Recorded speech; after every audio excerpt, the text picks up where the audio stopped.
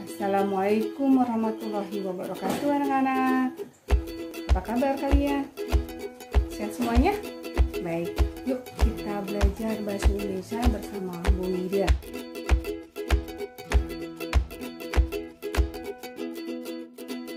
Jumpa kembali bersama Bu Wida.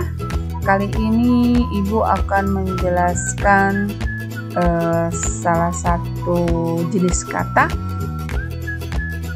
Seperti contohnya ada kata buruk, cantik, tampan, baik. Nah, kita akan mempelajari kata-kata itu. Tapi sebelumnya kita mulai dengan baca basmalah bersama-sama dan sholawat. Bismillahirrahmanirrahim. Allahumma sholli ala sayyidina Muhammad wa ala ali sayyidina Muhammad. Rabbi zidni ilma warzuqni fahma. Baik, kita mulai ya. Kita akan mempelajari salah satu jenis kata, yaitu kata sifat. Apa itu kata sifat? Kata sifat itu adalah kelas kata yang mengubah kata benda atau kata ganti. Kata sifat merupakan kata yang menjelaskan, mengubah, atau menambah arti dari suatu kata benda. Nah, kata sifat itu digunakan untuk menerangkan sifat, keadaan, watak. Nah, keterangan yang dijelaskan ini itu akan digambarkan oleh kata sifat tersebut berupa kualitas, kuantitas, urutan, maupun penegakan suatu kata. Fungsinya untuk apa sih kata sifat ini? Fungsi kata sifat ini ada 4. Yang pertama, atributif. Atributif itu pelengkap penjelas subjek. Misalnya, Adinda kecil tumbuh besar tanpa kehadiran sosok ayah. Nah, di situ ada Adinda kecil tumbuh besar. Itu adalah pelengkap penjelas subjek. Jadi untuk menjelaskan subjeknya, itu fungsi kata sifatnya di situ. Kemudian yang kedua, predikatif. Predikatif itu berfungsi sebagai predikat. Jadi kata sifat itu bisa menjabat predikat. Misalnya, pekarangan rumahnya besar sekali. Pekarangan rumahnya itu subjek, besar sekali predikat. Dia sangat cantik predikat, dianya subjek. Seperti itu ya. Kemudian yang ketiga, predikatif. Predikatif inversi tapi yang ketiganya. Kalau yang kedua itu bukan inversi, nah yang ketiga ini inversi. Jadi kalimat itu bisa menjadi kalimat inversi, ada kalimat inversi memang. Nah, kalau kalimat inversi, otomatis subjek dan predikatnya itu berubah tempat posisinya. Harusnya yang normal itu subjek kemudian predikat baru objek. Nah, ini predikat dulu baru subjek. Nah, seperti contohnya di sini, indahnya pemandangan di puncak gunung. Indahnya pemandangan itu sudah diinversikan. Harusnya kan pemandangan indah. Nah, diinversikan, kalimat inversinya jadi indahnya pemandangan di puncak gunung. Indahnya predikat, pemandangan subjek.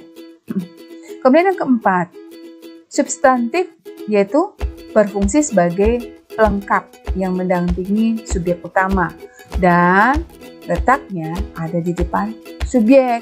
Hati-hati, ini bukan kalimat inversi. Misalnya, contohnya, dewasanya pemikiran seseorang terlihat ketika ia menghadapi masalah. Kalau tadi itu indahnya pemandangan di puncak gunung, itu tidak ada predikatnya sesudah indahnya pemandangan.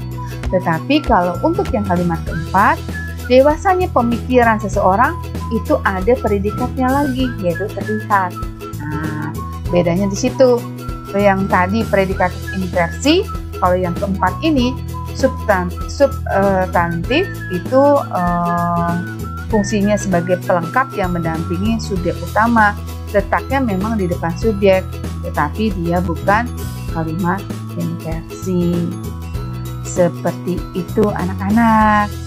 Baik, apakah kalian paham? Mudah kan? Kita lanjutkan ya. Nah, kita untuk menentukan itu kata sifat atau bukan, itu kita akan membahas ciri-cirinya supaya kita akan tahu itu kata sifat atau bukan sih?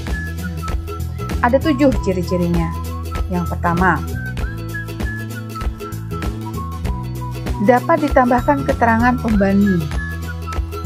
Keterangan pembanding itu misalnya ada kata lebih, kurang, paling. Contohnya misalnya gadis itu paling cantik. Nah, paling cantik bisa ditambahkan kata paling. Paling pandai, paling pintar, kurang tinggi, itu juga bisa.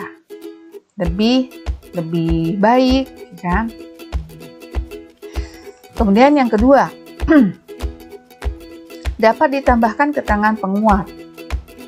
Keterangan penguat itu contohnya ada kata sangat, terlalu, amat, sekali. Itu adalah kata-kata untuk keterangan penguat. Misalnya, sangat kecil, amat besar, terlalu sombong. Misalnya, anak itu terlalu sombong untuk berlaku sebagai siswa misalnya. Terlalu sombong.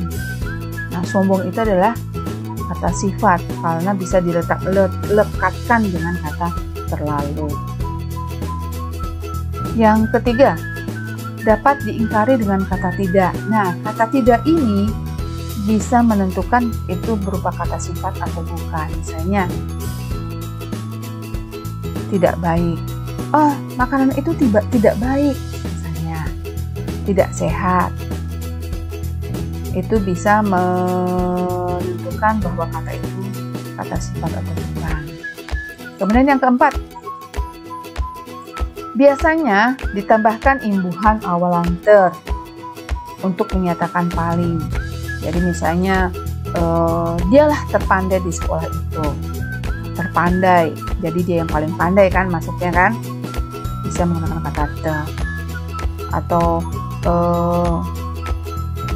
anak laki itu tertampan di kelasnya, seperti itu. Kemudian yang kelima, kata sifat itu bisa diperluas artinya, kata sifat itu bisa diperluas artinya, yaitu dengan pembentukan kata se ditambah pengulangan kata ditambahnya. Misalnya sebaik-baiknya, sepandai-pandainya tupai melompat, pasti akan ketahuan juga. Nah, sepandai-pandainya itu pandai itu merupakan kata sifat. Keenam, menyatakan suatu keadaan atau kondisi atau sifat benda atau orang. Contohnya sejuk, lembut, manis, bagus. Jadi itu berupa kata sifat.